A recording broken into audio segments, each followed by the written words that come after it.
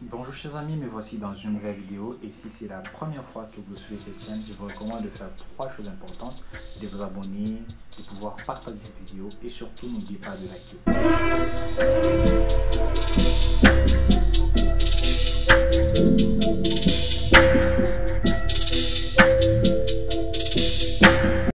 Faites un commentaire juste en bas pour que vous puissiez me suggérer des sujets de vidéos que vous aimeriez qu'on puisse discuter dans le futur.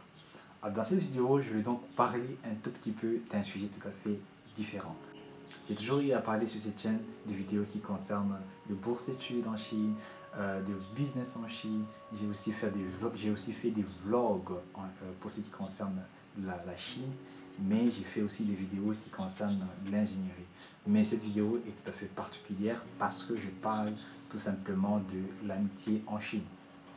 Alors, il est très important de vous dire que la plupart des étrangers qui viennent en Chine, pour apprendre facilement des langues, ils se livrent à des amitiés avec les Chinois, ce qui est vraiment très encourageant, ce qui est très bien d'ailleurs pour améliorer votre performance linguistique, voire votre proficiency, dans votre facilité à s'exprimer en Chine.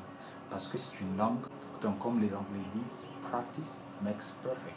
C'est-à-dire c'est une façon pour vous de pouvoir vraiment vous améliorer linguistiquement pour ce qui concerne la langue chinoise. Alors il est vraiment très important de vous dire qu'en Chine, c'est vrai que c'est pas toujours facile de se faire des amis. C'est pas toujours facile parce qu'il y a un centre d'intérêt qui est là.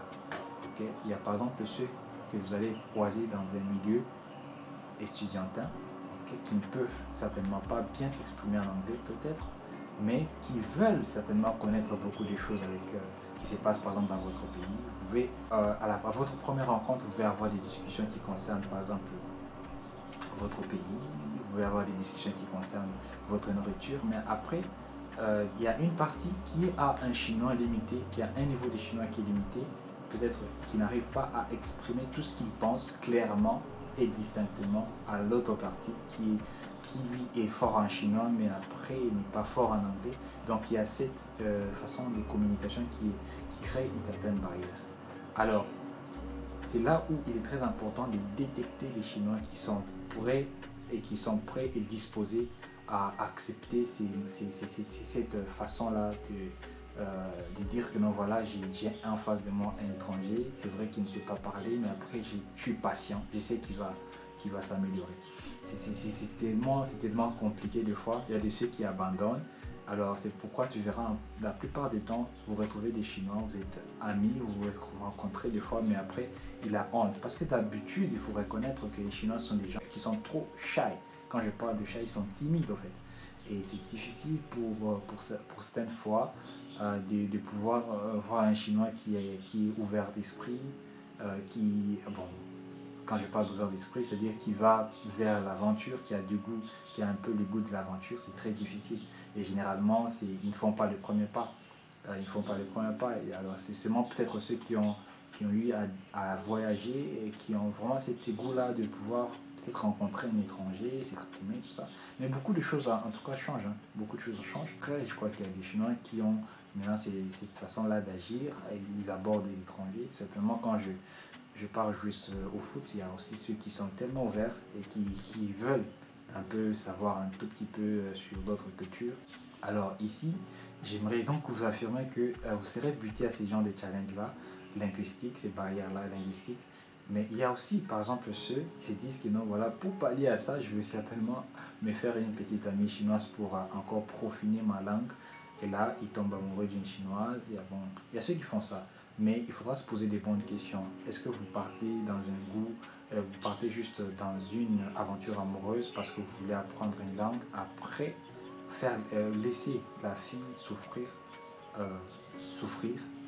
quand je parle de souffrir, ça veut dire vous serez certainement buté à un problème à la fin.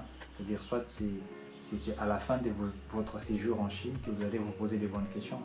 Alors vous serez certainement censé laisser cette petite fille que vous avez peut-être si nourri de beaucoup d'espoir en disant que non, voilà, je t'aime et crois en cela.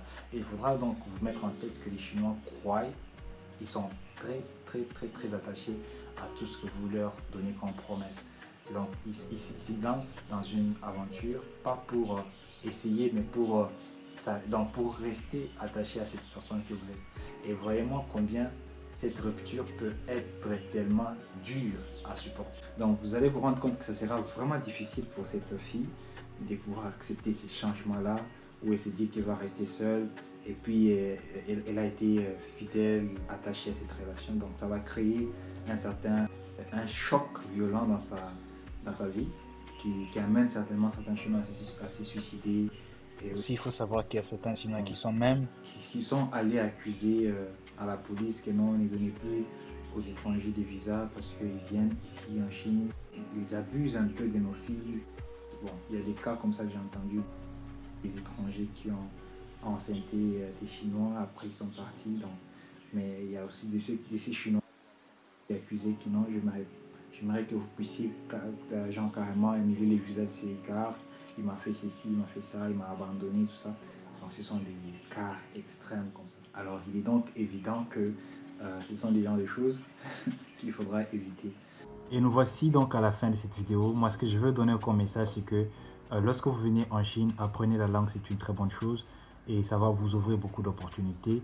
Mais seulement dans votre processus d'apprentissage, prenez le temps de pouvoir faire bien les choses. Si vous voulez par exemple apprendre à naître une petite amie, soyez sincère.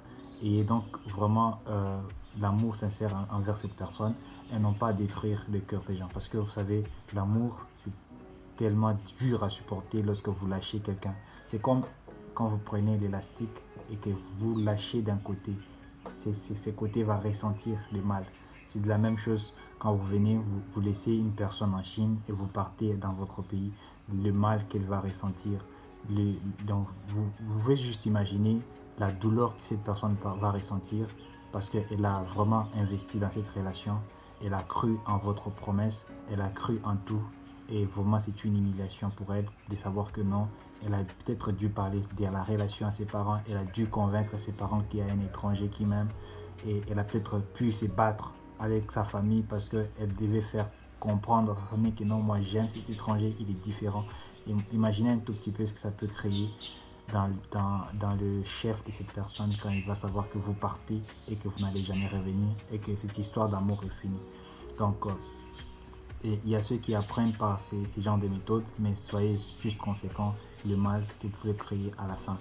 Et donc voilà, je vous souhaite donc de bonnes choses pour la suite de votre aventure en apprenant la langue chinoise. Et moi, ce que je peux vous dire, on se retrouve dans une prochaine vidéo. Ciao.